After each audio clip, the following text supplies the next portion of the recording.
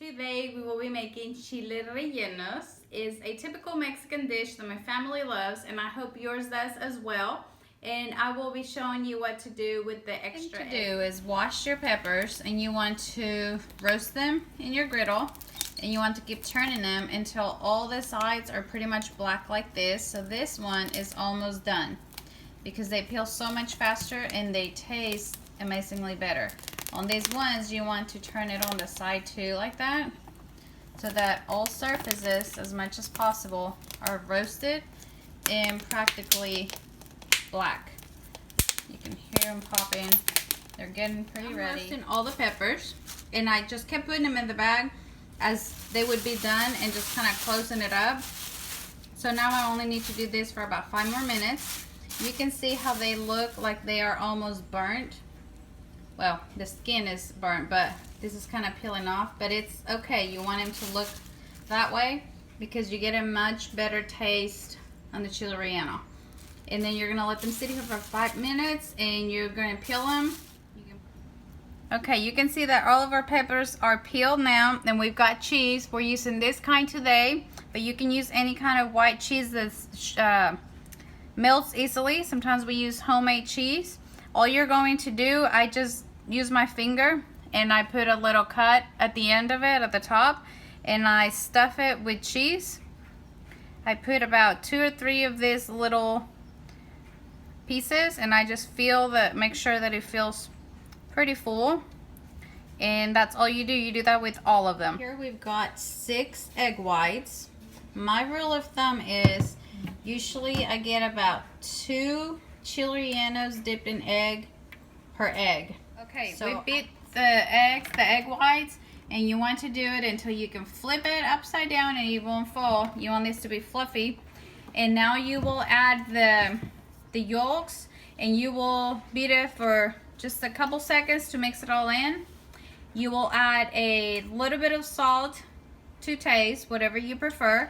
And you will add 1/4 cup of flour, and then you will mix it again for just a few seconds, and then your egg is ready. It has been heating and it is ready. Now we're going to dip the poblano peppers into the egg and then just cook them until the egg is cooked. And I improvise here because I cut the pepper, so I did a little surgery on it and I put a toothpick on it. So all you do is you're just going to dip them. I don't like putting the egg around this part personally. A lot of people do. So you just dip them and you put it on here. And I can fit about 3 usually. Okay, that has been cooking for about a minute. I just grab it and flip it. All I use is literally a fork and my finger. I'm not recommending you do that, but that's literally all I use. Okay, this one's not ready. Can you tell how the egg's trying to split? So I'm going to leave that on there for just a little longer. But look how pretty they look. They're almost, these are almost done. This chile relleno, since it was thicker, I had to flip it on the side. And literally, to get it out, I'll use a paper towel. Grab it from the stem. And then transfer it over to the dish over here. This I'll probably have to be a little more careful since it was trying to split when I transfer over. And you need, this is a pretty large pan. You want as much oil so that it at least covers about half of your chile rellenos. So depending on how wide or how deep your dish is, how many chile rellenos you want to cook at a time is how much oil you'll need. We're pretty much done. Here's the egg we have left. So the reason why you need more eggs is because the egg, after it gets pretty low and it sits here for a long time, it won't stick to the chile rellenos as well. I could have gotten probably a couple of more out of this, which was 6 eggs. But what I'll do, what I was talking about making patties, you can just throw like spoonfuls in here. Now you want to make sure and really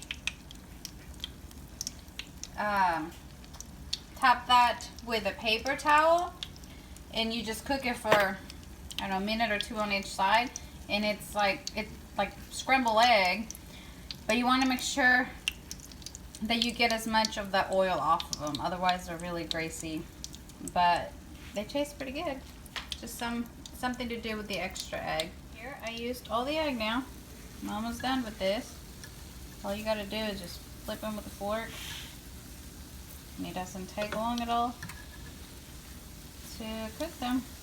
And the kids love it because they're fluffy, and just clean off as much oil as you can off of them, and they're really good.